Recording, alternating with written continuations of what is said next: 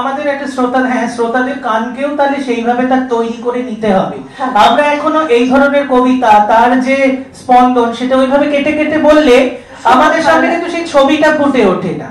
ওই যেটা বললেন যে দীর্ঘদিনের পরিশ্রম করে তারপর মন্দির তৈরি, কোণারকের মন্দির তৈরি করার মতো, যেটা তাকে অনেক পরীক্ষা নিরীক্ষার মধ্যে দিয়ে গিয়ে তারপর প্রমাণ করতে হবে যে এইভাবে নিশ্চয়ই বলা কেন যাবে না, ওরকম ভাবে তো আমরা বলে দিতে পারি না যে এই কবিতা এইভাবে বলা চলে না, কিন্তু কবিতার দাবি অনুযায়ী বলার দিকেই আমাদের স্বভাবত পক্ষপাত থাকবে। সেইটা নিয়ে আমাদের আলোচনাটা আর কি আমরা এগিয়ে নিয়ে চলেছি। আচ্ছা, বাংলার এই বর্ণনার পর আমরা একটু তার পরবর্তী অপেক্ষাকৃত একটু সেই সত্যেন্দ্রনাথ দত্তের দিকে যাই। হ্যাঁ, এই ছবিটা চিনতে পারছেন তো? কেউ চিনতে, মানে নামটা না বলে দিলে এটা কিন্তু একটা কবিতাটা আছে তো, কবিতাটা আছে। আচ্ছা, এরকম একটা জটিল ছবি আমরা এরপর মানে কোন একটা দিনে তোমাদের একটু প্যাচে ফেলার চেষ্টা করব। সরি, মিস হয়ে গেছে। কোন দেশে যেতে রবীন্দ্রনাথ সকল দেশে চাই। তাহলে দেখো, একই মানে মোটামুটি রবীন্দ্রনাথের থেকে খুব বেশি তো উনি এগিয়ে আসেননি, কিন্তু ওনার চলনটা দেখো সম্পূর্ণ আলাদা। ওনার হাতে রবীন্দ্রনাথের কবিতাতে যে ছন্দ নেই তা কিন্তু নয়, উনি রবীন্দ্রনাথের লেখাটাও যথেষ্ট সুন্দর ছন্দবদ্ধ ভাবেই তিনি লিখেছেন। কিন্তু আমরা অবারিত মাঠ গগন ললাট চুমে তব পদধূলি ছায়া শুনিবীর শান্তির নীল ছোট ছোট গ্রামগুলি, আমরা ওইভাবে বলি না, চলনটা সম্পূর্ণ আলাদা। আবার এনার এতে দেখো, কোন দেশেতে চলতে গেলেই দলতে হয় রে দুর্বা কোমল পথ,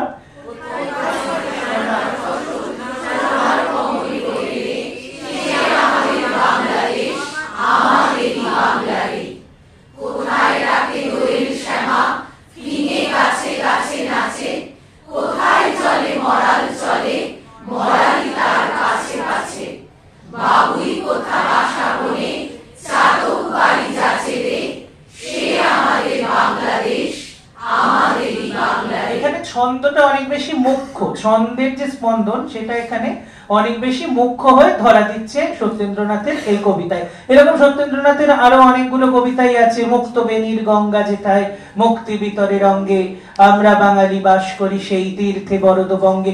ছন্দের দোলনটা বারবার ঘুরে ঘুরে ঘুরে ঘুরে কিন্তু সত্যেন্দ্রনাথের কবিতার মধ্যে আসে। আবার এইরকমই বাংলার রূপ দেখেছেন সমসময়ের থেকে এই আরেকটু এগিয়ে আসা আরেকজন কবি, তার খুব এই কবিতাটা তোমাদের অত্যন্ত পরিচিত। সেই কবিতায় আমরা যাই। দেখো, এই কবিতা আবার আমরা কখনো ছন্দ বা রবীন্দ্রনাথের কবিতার যে একটা কাব্যিক ধ্বনি স্পন্দন সেটাকে মুখ্য করে বলা, বা সত্যেন্দ্রনাথ দত্তের কবিতায় যেখানে ছন্দটাকে হাইলাইট করে বলা, সেটা কোনোভাবেই কিন্তু আমরা এখানে এনে ফেলতে পারছি না।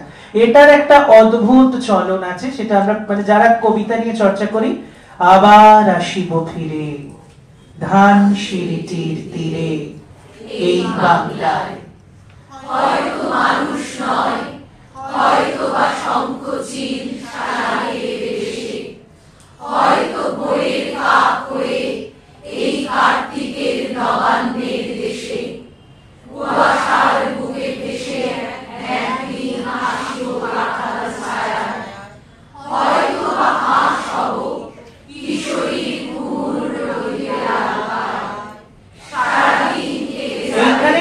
মানে ক্যান্সারটা এটা একটু হয়তো বা হাঁস হব কিশোরীর ঘুমুর রহিবে লাল পায় নয়, মানে কিশোরীর পোষা হাঁস আর কি বলে, হাঁসের পায়ে নিজের চেনা হাঁসের মানে যাতে তার কাছে এবার ফিরে আসে ঘুমুর পড়ানো থাকতো। হয়তো বা হাঁস হব কিশোরীর ঘুমুর রহিবে লাল পায়, সারাদিন কেটে যাবে কলবির গন্ধ ভরা জলে, আবার আসিব আমি বাংলার নদী মাছ খেত ভালোবেসে, জলঙ্গির ঢেউয়ে ভেজা বাংলার সবুজ করুণায়, হয়তো দেখিয়েছে। ঠিক আছে, মোটামুটি বোঝা গেছে চলনটা, মানে একটাই বিষয়বস্তু তিনজনই কিন্তু বঙ্গ প্রকৃতির প্রতি তাদের যে মুগ্ধতা, সেই মুগ্ধতার কথাটা তিনজনই ব্যক্ত করছেন, কিন্তু তিনজনের বলার স্টাইলটা সম্পূর্ণ আলাদা, তাই না? এটা আমরা মোটামুটি বুঝতে পারছি। এবং স্টাইলটা, তাদের লেখার স্টাইলটা যেরকম আলাদা, আমাদের কণ্ঠে যখন সেটা উচ্চারিত হবে আমাদেরও সেই স্টাইলটা পাল্টে পাল্টেই বলতে হবে। আমরা একইভাবে কখনোই একই ধরনের চলনে তিনজনকে ফেলে দিতে পারবো না। এবার আরেকটু যদি আমরা এগিয়ে আসি, আরেকজন কবির ইয়েতে যদি যাই, দেখো, বলো, একদম নীরেন্দ্রনাথ চক্রবর্তী।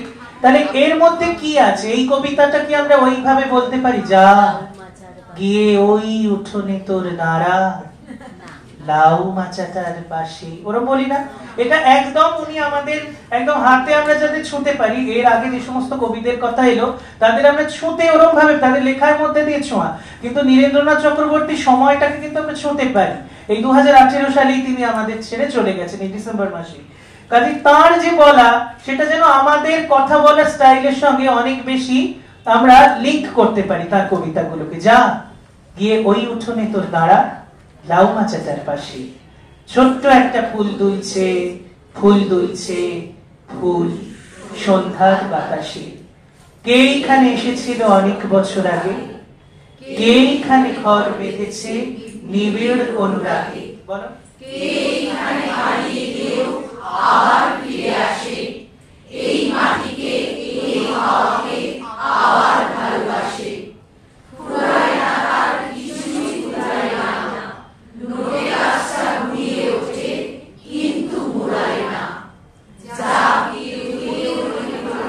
যা গিয়ে ওই উঠোনে তোর দাঁড়া লাউ মাচাটার পাশে, ছোট্ট একটা ফুল দুলছে, ফুল দুলছে, ফুল। আচ্ছা, এইখানে আমি একটু শ্রাবন্তীদের কাছে যাব। নীরেন্দ্রনাথ চক্রবর্তীর কবিতার প্রসঙ্গে আমরা যখন অনেকটা এগিয়ে এলাম, নীরেন্দ্রনাথ চক্রবর্তীর কবিতার যে ছন্দ, সেটা যেন একটা অদ্ভুত ভাবে তার মধ্যে লুকিয়ে থাকে না? এটা নিয়ে তুমি যদি একটু বলো। আচ্ছা, ঠিক আছে, ওটা আমার ছন্দের মধ্যে নেই, একটু আমি এখানে বলে দিচ্ছি। তার আগে একটা এখানে একটু লক্ষ্য করতে বলি, শব্দগুলো দেখো, অনেক শব্দ এসেছে যেগুলো আগে খুব অদ্ভুত ভাবে হয়তো কবিরা ভাবতেই পারতেন না যে এই শব্দগুলো ব্যবহার করা যায়। নোটে গাছটা বুড়িয়ে ওঠে, বুড়িয়ে কথাটা আমরা পেয়েছি, কিন্তু মুড়োয় না, মানে একদম সাধারণ সাধারণ শব্দ চলে আসছে ক্রমশ। হ্যাঁ, তো আগে এই সাধারণ কথাগুলো ঢুকছে। নীরেন্দ্রনাথ চক্রবর্তীর কবিতায় ছন্দ নিয়ে যেটা আমি ওখানে গিয়ে কি বলি, এখানে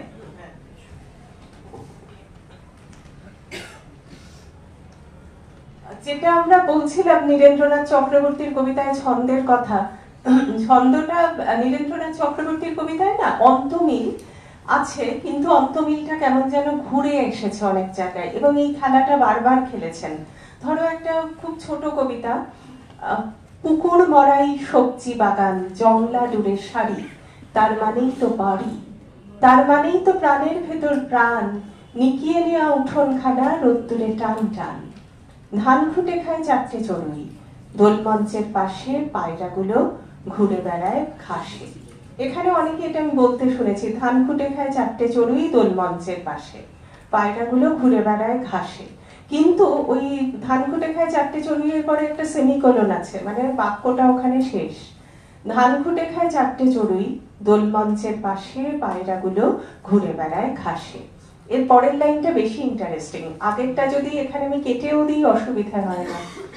বেড়ালটা আর মোড়া ভাঙছে, কুকুরটা কান খাড়া করে শুনছে, কথা বলছে কারা? এই যে কুকুরটা, এটা অনেকে এটা বলেন যে বেড়ালটা আর মোড়া ভাঙছে, বেড়ালটা আর মোড়া ভাঙছে, কুকুরটা কান খাড়া করে শুনছে, কথা বলছে কারা? কিন্তু এটাও বলেন না, বেড়ালটা আর মোড়া ভাঙছে, কুকুরটা কান খাড়া করে শুনছে, কথা বলছে কারা? এই ছন্দটা ভেঙে গেল। এবং ওই যে কান খাড়া করে শুনছি, এটাও কিন্তু ওই খাড়াটাকে টানলে বা জোর দিলে যেটা হয়, যে কুকুরটা কান খাড়া করে শুনছে, কথা বলছে কারা। এই ছন্দটা, মজাটা নীরেন্দ্রনাথ চক্রবর্তীর কবিতায় বারবার বারবার এসেছে। তো এইটাকে একটু যখন পড়বে ওই চলনটাকে খেয়াল রাখতে হবে, যে নীরেন্দ্রনাথ চক্রবর্তীর কবিতায় এইভাবে কিন্তু লাইনগুলো অনেক সময় ঘুরে আসে, তখন ওই ব্যালেন্সটা করতে হয়। এই কবিতাটা দেখো, ছোট্ট একটা ফুল দুলছে, ফুল দুলছে, ফুল ফুলটাকে আমি তিনবার ব্যবহার করি, তাহলে আমাদেরও সেই ছবিটা যখন আমরা বলবো যেন সেটা ফুটে ওঠে, ফুলটা তুলছে সন্ধ্যেবেলা কারোর বাড়ির আঙিনা, তাই না? একবার উনি জাস্ট ফুলের একটা কথা বলে কিন্তু ছেড়ে দেননি, ছোট্ট একটা ফুল দুলছে, ফুল দুলছে, ফুল সন্ধ্যার বাতাসে। ছবিটা তৈরি করছেন, একদম ছন্দটাও তার ভেতরে ভেতরে উনি গেঁথে দিচ্ছেন। যা গিয়ে ওই উঠোনে তোর দাঁড়া, লাউ মাচাটার পাশে, ছোট্ট একটা ফুল দুলছে, ফুল দুলছে, ফুল সন্ধ্যার বাতাসে। পাশের সঙ্গে বাতাসেতে এসে উনি মিল দিলেন, আর মাঝখানে শব্দটা এমন ভাবেই গাঁথলেন যেন সেই সিনটা পুরোপুরি আমাদের চোখের সামনে ফুটে ওঠে। তাহলে এটা মোটামুটি আমরা প্রকৃতি ধরে একটু বোঝানোর চেষ্টা করলাম যে একই জিনিস, একই বিষয়বস্তু এক একজন কবির কলমে কিভাবে নতুন নতুন মাত্রা পাচ্ছে, এবং তাদের কলমে যখন নতুন মাত্রা পাচ্ছে আমাদের বলার সময়ও তাদের সেই মানে যেটা বললেন যে নীরেন্দ্রনাথ চক্রবর্তীর একটা কবিতা পড়তে গেলেও আমাদের কিন্তু তার যে ছন্দের ব্যবহার সে সম্পর্কে একটা সম্যক ধারণা রাখা দরকার। তা না হলে এরকম একটা কবিতা যখন আমাদের সামনে আসবে আমরা কিন্তু ঝট করে পড়ে দিতে পারবো না, তার ভেতরের ছন্দটা কিন্তু আমাদের বলার মধ্যে দিয়ে প্রকাশিত হবে না, বা শ্রোতার কাছে সেইভাবে কিন্তু কবির যে বিশিষ্টতা সেটা সেইভাবে কিন্তু পৌঁছবে না। একজন আবৃত্তিকার তার কণ্ঠের মধ্যে দিয়ে যখন সেই কবিতাটাকে মূর্ত করে তুলবেন, তার কিন্তু এই দায়বদ্ধতাটুকু থাকা উচিত যে কবির যে নিজস্ব কাব্য স্বভাব বা বৈশিষ্ট্য সেটা অন্তত যেন তার কণ্ঠের মধ্যে কিছুটা হলেও পরিস্ফুট হয়। এবার একই কবিতা কবি কিভাবে লিখেছেন সেভাবেই আবৃত্তিকার বলবেন কিনা এটা ঠিক, এটা কখনো আমরা গ্যারান্টি দিয়ে বলে দিতে পারি না। একই কবিতা সময়ের সঙ্গে সঙ্গে তার অর্থ পাল্টে যায়, কিন্তু তার বলবার ভঙ্গিটুকু আমার কণ্ঠের মধ্যে অন্তত আমি যেন কিছুটা হলেও ছুঁয়ে যেতে পারি। আচ্ছা, এবার একটু প্রতিবাদে যাই। প্রতিবাদ, প্রকৃতির পর আমরা এবার একটু প্রতিবাদী কবিতার ধরনে যদি যাই। প্রতিবাদী কবিতা ধরনে প্রথমেই ধরো নজরুলের নাম একদম প্রথমেই উঠে আসে। নজরুলের যে কোনো প্রতিবাদী কবিতাই আমাদের, হ্যাঁ, সেটা আমার কৈফিয়তি হোক বা বিদ্রোহী যে সত্তার জন্য মানে যে কবিতাই তার একদম কি বলবো পরিচিতি হয়ে গেছে সেটাও হতে পারে, বা আরেকটা কবিতা খুব ভালো লাগে দীপান্তরের বন্দিনী। এরকম অনেক কবিতা আছে যে, হ্যাঁ, দীপান্তরের বন্দিনী শুরুটা কি যেন ছিল, পূর্ণ আসে নাই ফিরে ভারত ভারতী, মার কতদিন দীপান্তর, পুণ্য বেদির শূন্যে ধরিল ক্রন্দন ১৫০ বছর। এই যে শুরুটাই হচ্ছে একটা গমক দিয়ে। নজরুলের কবিতার সেই স্পিরিটটা আমরা এটা নিয়ে বিশেষ আলোচনার প্রয়োজন নেই, কারণ নজরুলের কবিতা এবং তার চলনের সঙ্গে আমরা অনেকটাই পরিচিত। আবার তারপর দেখো সুকান্তর কাছে যখন সেই একই কবি বিদ্রোহ যখন সুকান্তর কলমে উঠে আসছে, সুকান্তর কবিতা যেন অনেক বেশি আমাদের মনে হয় স্লোগান ধর্মী। বেশিরভাগ কবিতা তিনি এমন ভাবেই তিনি লিখছেন সেটার মধ্যে যেন একটা বিদ্রোহের স্লোগান তিনি প্রত্যেকের মুখে মুখে জাগিয়ে তুলতে চান, প্রত্যেকের হাতে হাতে। আরো পরে সুভাষ মুখোপাধ্যায় যেটা লিখবেন যে অন্ধকারে হাতে হাতে গুঁজে দিয়ে আমি নিষিদ্ধ এক ইস্তাহার, তারই পূর্ব পাঠটা যেন সুকান্তর এই কবিতার মধ্যে দিয়ে আমরা মানে দেখে নিই। সমস্যা হয়, হ্যাঁ হ্যাঁ হ্যাঁ, বেশি স্লোগান ধর্মী তো বলছি সুকান্ত ভট্টাচার্য, মানে ওটাই বলছি, মানে সুভাষ মুখোপাধ্যায়ের শব্দটুকু জাস্ট ধার করে নিলাম। সুকান্তর কবিতাটা পড়লে যেন সেটা মনে হয় তিনি যেন একদম আমাদের হাতে সেই স্লোগানটা তুলে দিচ্ছেন। দেখো পড়ো, কারা যেন আজ দুহাতে খুলেছে ভেঙেছে খিল, মিছিলে আমরা নিমগ্নতায় দোলে মিছিল, দুঃখ যুগের ধারায় ধারায় যারা মিটান যারা তারাই ভরিয়ে তুলেছে সারাই হৃদয় বিন,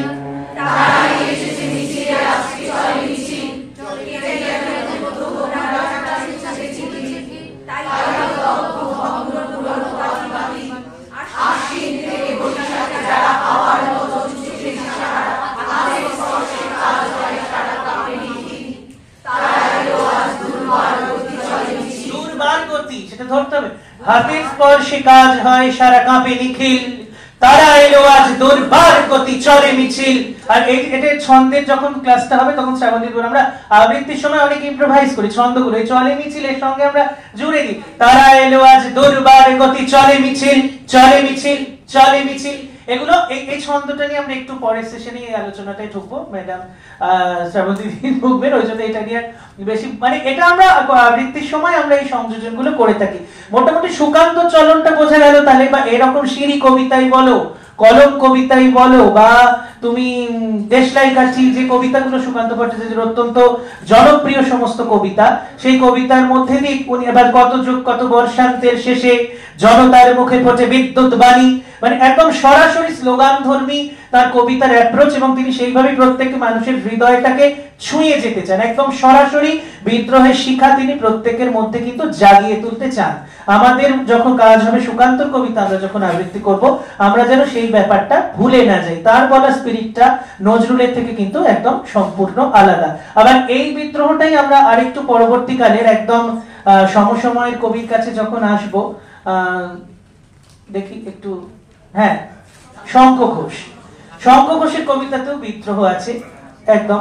এই কবিতাটা নিয়ে আমরা বারবারই অনেক ক্ষেত্রেই আলোচনা করি বা আলোচনা করেছি। দেখো, উনিও কিন্তু একটা সময় সরাসরি বলতে পারি আমরা যে সেই সময়ের যে স্বৈরতন্ত্র বা স্বৈরাচার, তার বিরুদ্ধে কিন্তু উনি সরাসরি আঙুল তুলেছিলেন, কিন্তু তার মধ্যে সেই প্রতিবাদটা অতি প্রকট ভাবে কিন্তু নেই। প্রচ্ছন্ন প্রতিবাদের একটা সুর কিন্তু তার কবিতার অন্তর্বস্তুর মধ্যে ভেতরে ভেতরে প্রবাহিত হয়েছে।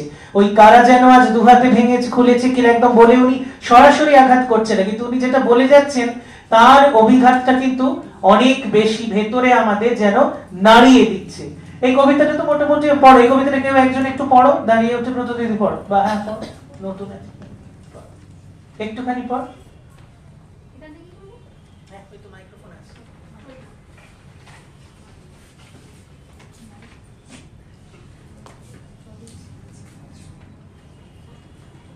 মালি বলেছে সেই মতো টবে লাগিয়েছি রাধা চূড়া, এতটুকু টবে এতটা গাছ, সে কি হতে পারে? মালি বলে হতে পারে যদি ঠিক জানো কিভাবে বানায় গাছপালা।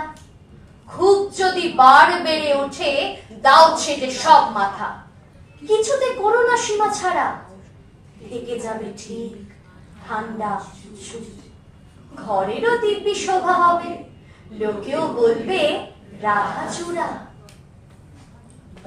এরপরে আরেকটা অংশ আছে, মোটামুটি জাস্ট আমরা চলনটা ধরার চেষ্টা করছি, ব্যাখ্যাটা তো মোটামুটি আমরা জানি যে সেই সবই বলেছিল ঠিক, শুধু মালি যা বলেনি সেটা হলো সেই বার নিচে ছাড়িয়ে যায়। এটাই হচ্ছে, হ্যাঁ, ছাড়িয়ে, এতটা ছাড়িয়ে, সেই বার নিচে ছাড়িয়ে যায়, শিকড়ে শিকড়ে মাথা খুঁড়ে আর এখানে ওখানে মাটি খুঁড়ে হয়ে ওঠে এক অন্য গাছ।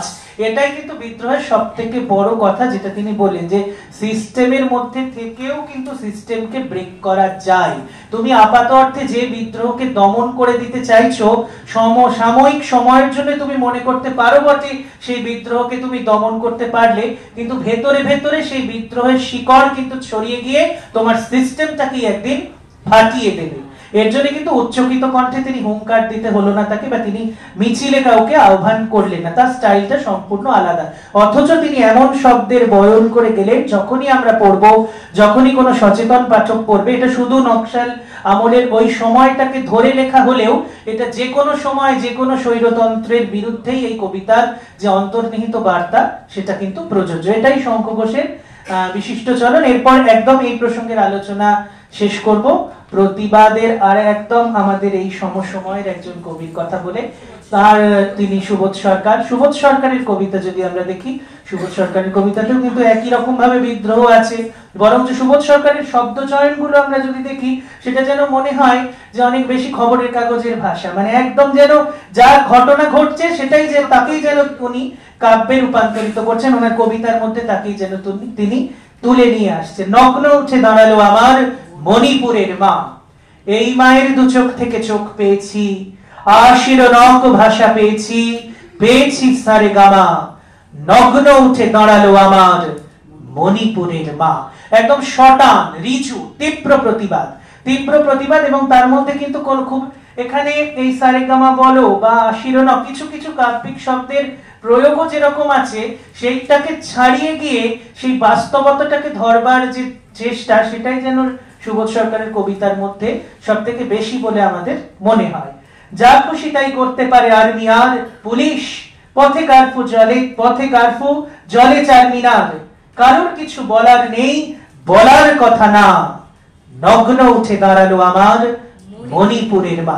একদম 2003 সালের যে ঘটনা, যেটা নাড়িয়ে দিয়েছিল যে পুলিশ ক্যাম্পের সামনে নগ্ন মহিলাদের বিক্ষোভ, সরাসরি সেটাকেই যেন তিনি কবিতার শরীরে একদম তুলে নিয়ে এসেছেন। হ্যাঁ, তিনে মনে হয় দেখছিলাম ওনার লেখাতে একটা, ওই সময় আর কি একদম উনি সেটাকে সরাসরি ভাবে যেন কবিতার মধ্যে উনি রূপান্তরিত করে দিলেন। এছাড়া দিদি ভাইয়ের কণ্ঠে যে কবিতাগুলো জনপ্রিয়, শাড়ি, সেই সময় ওনা নিজের আমাদের যে কবিতার জন্য আবৃত্তি যে বইটা আছে, তাই তো পুরো প্রথম বইটা দিয়ে শুধু আবৃত্তির জন্য সেই বইটার পেছনে দেখবে সুবোধ সরকারের সাক্ষাৎকার লিপিবদ্ধ আছে। তাতেই উনি এই কথাগুলো জানিয়েছেন যে শাড়ি কবিতাটা যখন লিখছেন সেই সময় এরকম একটা ইনসিডেন্ট ঘটে গিয়েছিল, সেটাকেই যেন উনি এই কবিতার মধ্যে উনি যখনই সুবোধ সরকারের বেশিরভাগ কবিতা আমরা যখন পড়ি সেটা অনেক বেশি ইস্যু বেসড কবিতা, যখন যা ঘটে যায় তার পরিপ্রেক্ষিতেই যেন তিনি কলম তুলে নেন। বা রজনীগন্ধা কফিন, এরকম অজস্র কবিতা আছে। তাহলে প্রতিবাদী বলো, প্রকৃতি বলো, প্রেম আছে, প্রেমকে আমরা এই 1 ঘন্টার মধ্যে ধরতে পারিনি, 1 ঘন্টার মধ্যে তো প্রেমকে ধরা যায়ও না, সেটা ধরতে যাওয়া হয়ে যাবে। প্রেমটা তোমাদের জন্যই ছেড়ে দিলাম। প্রেমকে কেন্দ্রে রেখে তোমরা বিভিন্ন কবির কবিতায় প্রেমের স্বরূপের বিবর্তন কিরকম ভাবে ঘটেছে এবং তার বলাটা কিভাবে পাল্টে যাবে সেটা তোমরা একটু নিজেরা বাড়িতে পড়ে নিও, অভ্যাস করে নিও। মোটামুটি যেটা আমরা বোঝাতে চাইলাম, কবি এবং সময়কাল, কবি যে সময়ে বর্তমান থাকেন সেই সময় তার লেখায় একটা ছাপ ফেলবেই এবং সেই সময়টাই তার কিন্তু যে স্টাইল অফ রাইটিং সেটা তৈরি করে দেয় এবং তার পেছনে তার অনেক সময় সচেতন অভিপ্রায় থাকে।